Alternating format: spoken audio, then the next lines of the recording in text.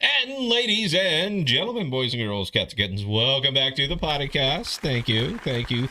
Right here on the KPOD network. Hope everyone's having a wonderful day. The Podcast is your home for rational crypto news and objectivity, leaving emotion at the door, talking about what we like, why we like it, and where we see it going. We are not offering financial advice. We are telling you what we are doing, and that is all. We don't slow down. We don't let up. Full speed is our only speed. I'm your host, Scott, pragmatic investor who has won and lost fortunes. Joining me, as always, is the greatest producer of all time, the one, the only, the original, the mighty Bell. How are you doing today, Bell? You know what? I'm doing fantastic today, Scott. How are you? I'm blooming. I'm blooming because that means good. I'm good, G Torres, in case you were wondering. And Brownsburg, I saw you too. I don't know. Any other names on there? Has anybody spoken up tonight? Not yet. Okay, we just got the two. Appreciate it. If you guys will post, we actually over here on the monitor, we have the stream going. So Bell can just look over there to see comments. So if you have any of them coming in, go ahead and put it there. Now, I'm going to be doing a lot of calls to action tonight. Just letting you know. So I just wrapped, and you know what, the rest of the monologue, which I don't really care about right now. I just wrapped up with our team, our other team, building the Sigea app, because we are building two Sigea apps, and I just finished up a meeting with the other team. Now the IPK, that is the that's the iOS, the IPK app is going to be available most likely Saturday or Sunday, depending on one little bit of information that I have to get them. But we are not doing a full release on the app now. We are doing a alpha release.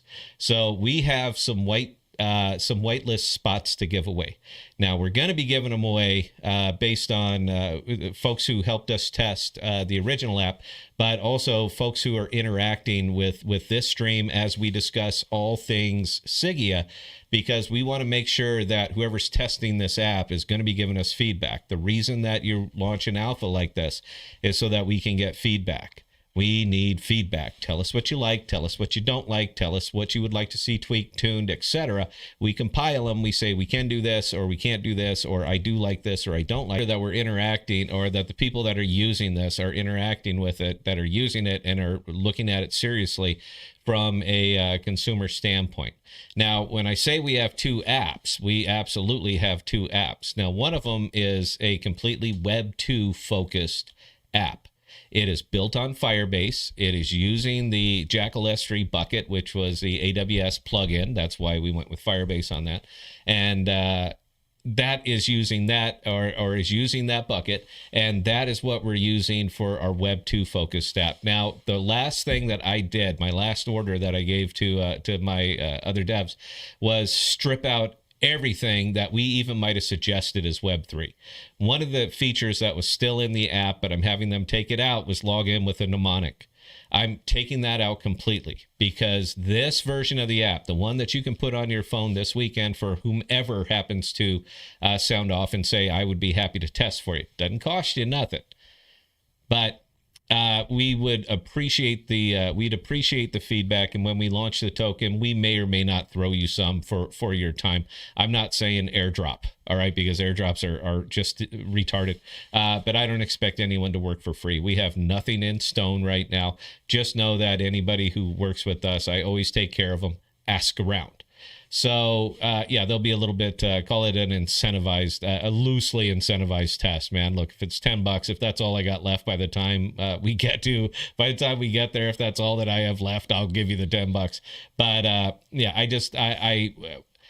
we really need some serious testers, not people who just want to say, hey, in this neat, fuck around and just let it go, because I've whitelisted this at 15. That's it. We're only releasing this app on the iPhone to 15 people. So I need to make sure that these people are very, very engaged.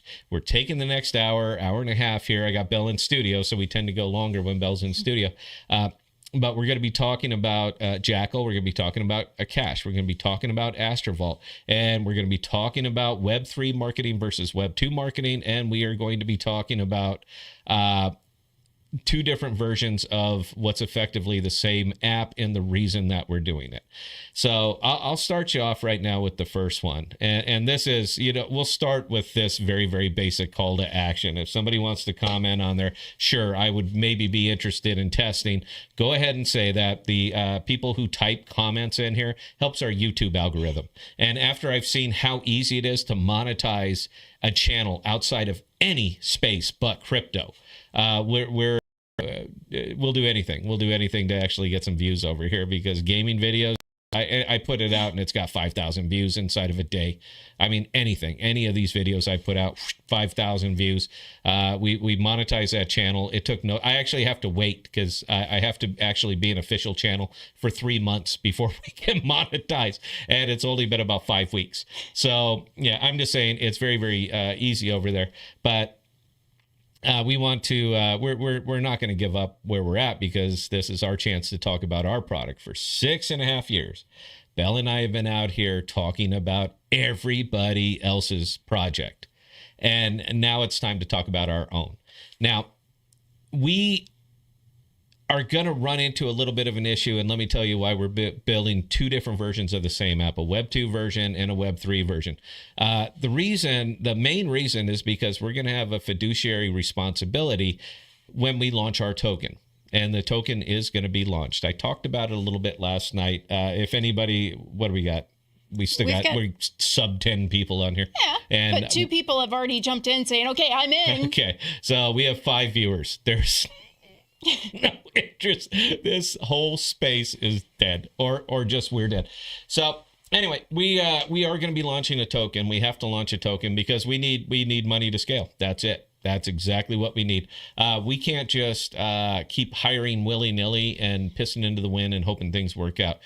We actually have to do very, very targeted spends.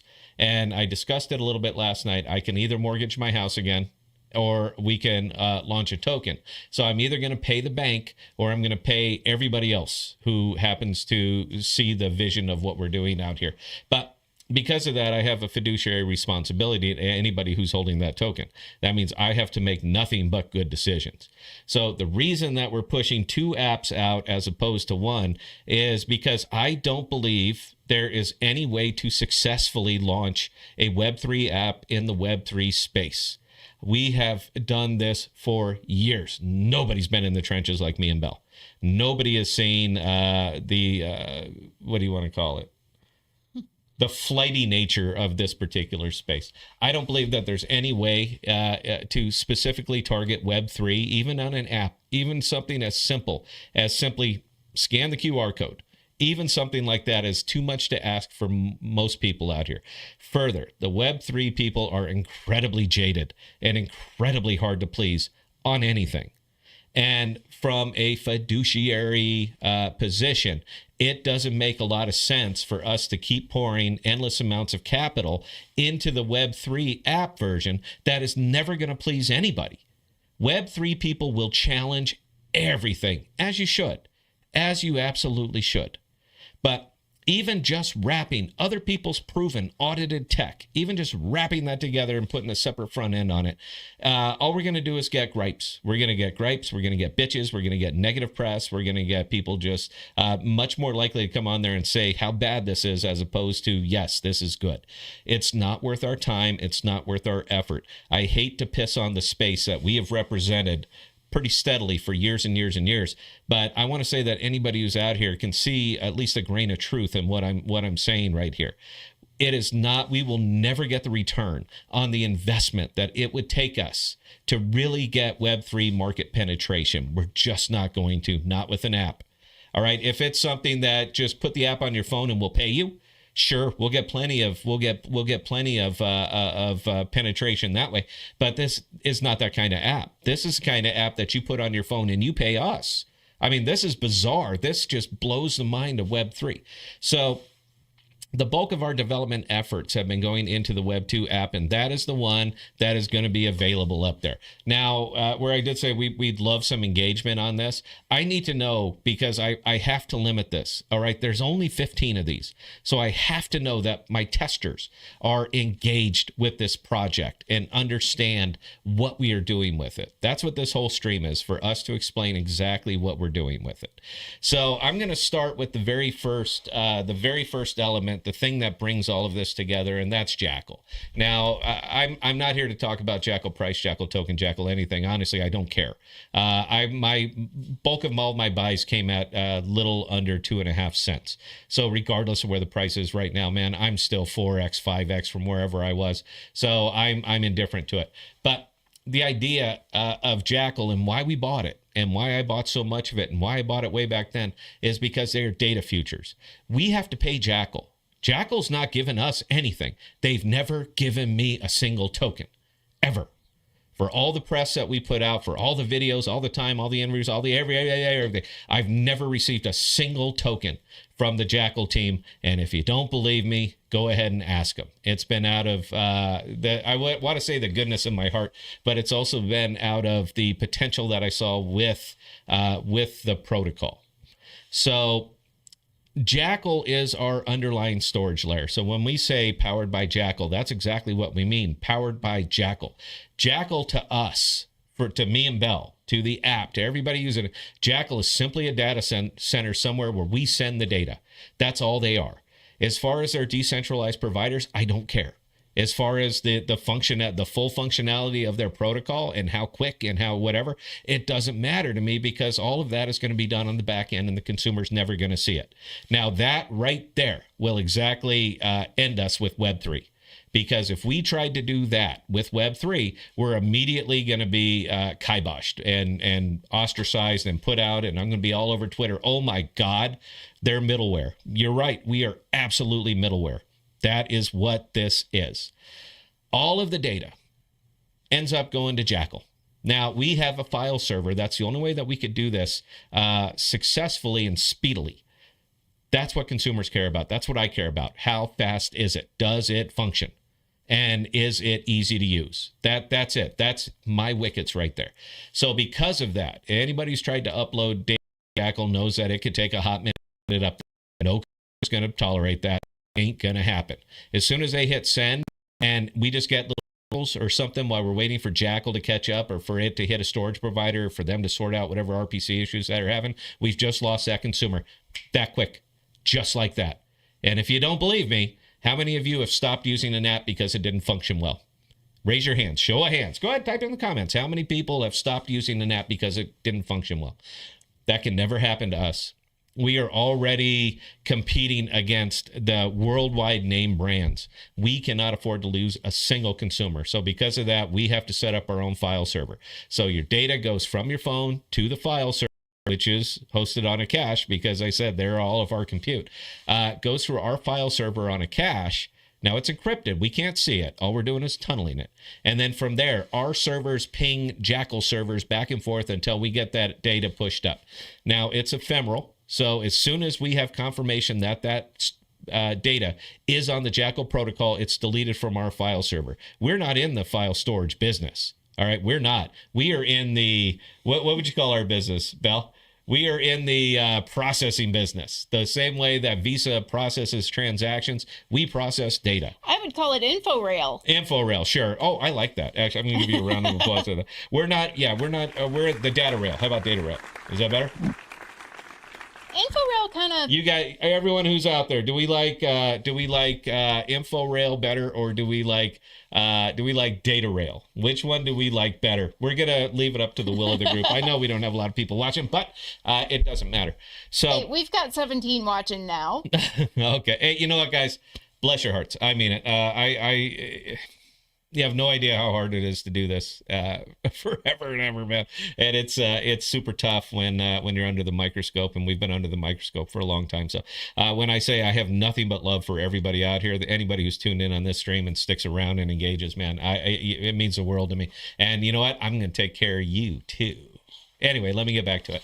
So we're not in the data storage business. Jackal's in the data storage business. We are in the data rail business. That works, Bell. I'm sorry, that flows. Everybody who likes it better, comments, please. We're in the data rail business. All we're doing is processing your data from point A to point B to point C, and that's it. So again, our file servers are ephemeral. So as soon as it's verified that it's on Jackal, we get the confirmation, we check, and once we know that the data is there, we don't know what the hell it is. All we know is that we've received a file ID, we've received a chain ID, we know where that file is, and that's it. It's deleted off from our file servers. We don't need to do it. But because we don't need to do that, our file servers are incredibly hot because we're not storing data long term. So we push our costs back into RAM, RPCs, everything else, so that we can just make this data fly in, fly out. Now, that's going to be our very first scaling issue, just so you know. That's going to be our very first scaling issue. We're going to be limiting each server to no more than 1,000 consumers. That's it. We're not going to overload our servers and give everybody on using our app a bad time or a slow time or a frustrating time because we outgrew our ability. So we are already planning now for scaling. Each server, the way we have them set up, and these are hot servers, we're only going to host 1,000 clients with them. That's it. 1,000 consumers are going to be using that. So as soon as we cross over the 1,000 consumer threshold market, we have to fire up another server. But this gets even better for us. Because these are decentralized servers, we don't have a service level agreement with these. So we have to keep 2 additional servers on, configured, and humming, but not being used. We have to keep 2 of them standing by in case one of them doesn't, it has some little hiccups. So we're actually in the process right now. We're bridging them all together. So this is the main server. As soon as this one starts bogging down, has any kind of issue, second server is going to pick it up, third server is going to pick it up, et cetera, et cetera, et cetera. So we're basically daisy chaining servers. Now, I'd love to be able to explain that all to you, but I'm not a stack engineer, guys. All right, I don't do this. All I do is pay for it. But I absolutely recognize the necessity. So us growing consumers is going to be costing us more money each and every time. We have to do that because the customer experience, customer number 1 and customer number 100,000 have to have the exact same experience, access to the same tech, the same speed, the same ability, the same everything. So our costs are going to be a little bit high running this. We're fine with that because our profit margins are higher. So we're not looking to scalp everybody out here, but we do need to be profitable so that we can continue to scale. So that's why our prices are where they are. They're miraculously affordable. What do we charge for 50 gigs, Bell? I'd have to look at the spreadsheet, but I think it's just $2 a month. $1.99. $1.99 for 50 gigabytes. That's what we're going to charge you. All right. Every month, $1.99, 50 gigabytes of hot storage. And as you buy more, it actually gets cheaper. But our most profitable is at 50 gigabytes. That is our highest profit margin, is the smallest plan that we offer. iCloud can beat us. Dropbox can beat us. Amazon can beat us. Effectively, everybody out there can beat us. They can beat $1.99 for 50 gigabytes.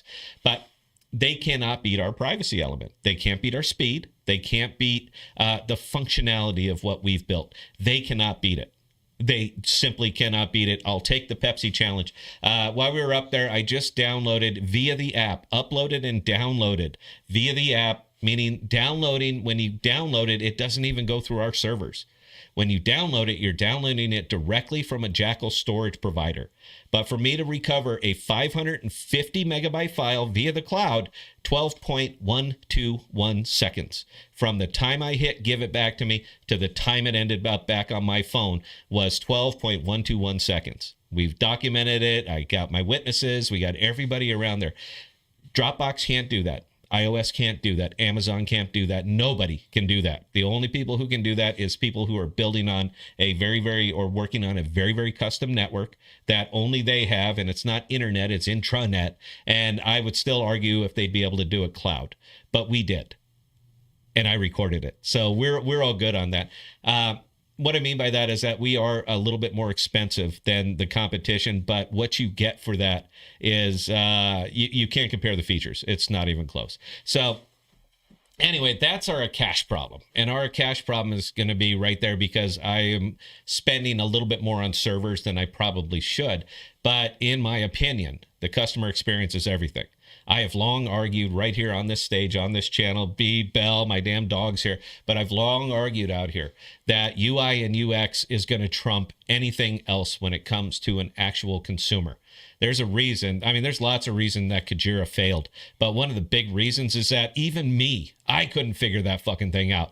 Am I using Whale? Am I using Fin? What the hell am I using?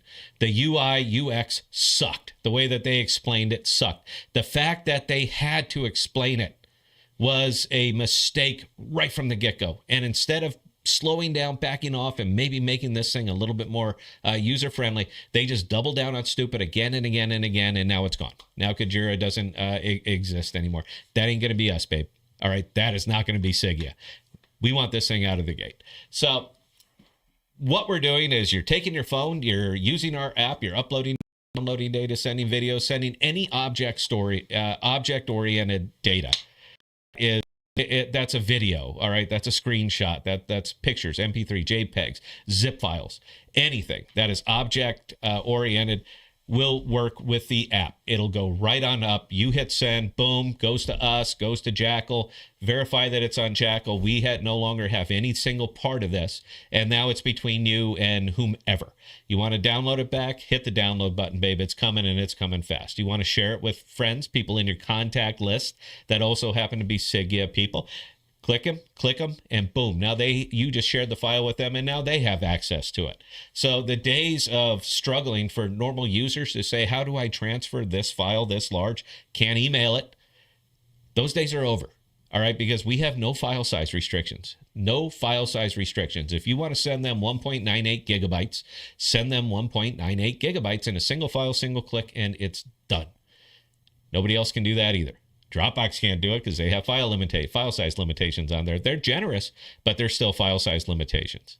So I'm losing track of time, Belle, because I feel like I've really just got started here, but I'm already all the way completely through my monologue. All right, so we've touched on the cache portion of it, and the reason that we're going with a cache as opposed to traditional is because they're simply cheaper.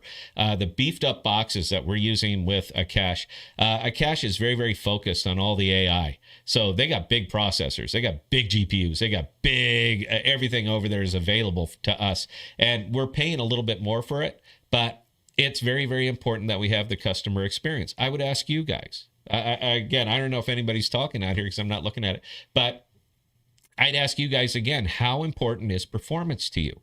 How important is that $1.99 a month? And how well does this thing have to function as far as speed and features? How well is that going to have to do before you feel like you're getting your money's worth for $1.99? I'll sweeten it up a little bit here because I love to sweeten it up. We have one of the big features that we're putting in. It's not going to be on this version of the IPK. This version of the IPK is for stress testing. I want you to slam it. All right. I want you to hit the servers. I want you to slam it. Put up as much as you want. Take down as much as you want. Do the files, do the share, do all that shit. I want you to do all that because we have to stress the hardware before we really start to stress the hardware. Oh my God, I derailed myself. I was trying to think. Oh yeah. One of the features that we're putting up here, and this is my personal request because I need this. I'm not using the Web3 version of my own app. It doesn't do what I want it to do. It is too difficult. And I believe in my data rail. I believe in my data rail, Bill. So I'm not even using the Web3 version of my own app. I'm using the Web2 version because I want to be able to show it to people and want them to be comfortable. Hey, take a look at this. But one of the features that we're putting up there is folder monitoring. Now, I don't know if I know iOS monitors your folders. They monitor everything on your phone. You think it's safe? It ain't safe, babe. Read the terms of service. All right. They actually sent out an email a couple of days ago about a class action lawsuit happening in the U.S. beginning from, for people who had iPhones or Siri-related devices as far back as 2014, I think. I'll have to double check. Is it because of all the data breaches and all the data exposure? Yeah, I bet it is. So, oh shit, what was I talking about? Oh, okay. Yeah, the folder monitoring feature, and it's a simple slider. Say yes, select which folders, and there you go. Now, what the app is going to do, and this is on your phone, this is on your desktop, this is across every device. Any change to that folder is going to change everything for every single device. It auto syncs. So if you add something on your desktop, it will be in your Sigea app. You open it up, same folder, as long as it's in those folders that are being monitored. As stuff goes up on your desktop, it's going to be available to you on your mobile device and vice versa. And this includes deleting. Now, if you delete the file, it's gone. I need to put a little caveat up here because I want to make sure that you guys understand this. If you delete the file, it is gone. We cannot get it back for you. If that was my seed phrase, it's the only copy of it. I'm sorry, brother. All right, I'm sorry. We cannot get it back. We can't get it back for you. It's ephemeral storage. Our version of it is ephemeral. One, it's encrypted, but if you had, you have the encryption key, so you can probably get it back like that. But we're not in the data storage business. So it tunnels through us. We verify that it's on Jackal. I can give you the file ID. I can give you the chain ID, but I can't give you the file. I can tell you that it's there. But if you delete it, if you went in the Sigea app and you hit the little thing and we get the little skull and bones cross pop-up says, are you sure you want to delete this? When you do, it's gone from your phone. It's gone from your computer. It's gone from Jackal, and we can't get it back. We cannot get it back. You can call, you can cry, you can beg, you can do whatever. It is literally not in our possession in any way, shape, or form. And we don't fall under the Data Retention Act because we're a Panamanian company. Yeah, we are. Because of that, we don't fall under the Data Retention Act, so we're not obligated to store that data. It comes with costs, guys. And yeah, I'm not gonna pay it. We can't pay all these costs at $1.99. We can't do it unless you give us carte blanche to farm your data and to sell it to third parties. If you do that, I'll give it to you for a nickel. In fact, I won't even charge you. You can have 50 gigabytes for free forever. Just send up lots and lots of data because it's more valuable selling the data than it is storing the data. This is what it is. All right. Anyway, Belle's going to talk for a second because I don't have another song queued up, but I'm going to queue it up right now. Belle's going to talk, and then we'll play a song. We'll take a break. I'd love to come back and take any questions, so go ahead, Belle. Okay, so regarding the opening band, I did drop in that, yeah, I was informed that band was originally from Nashville. Brownsburg, can't trust those Tennessee people. Oh, okay. Well, that seems like it's directed to you, Belle. Yeah, thanks, Brownsburg. That makes me feel really, really freaking good. Anyway.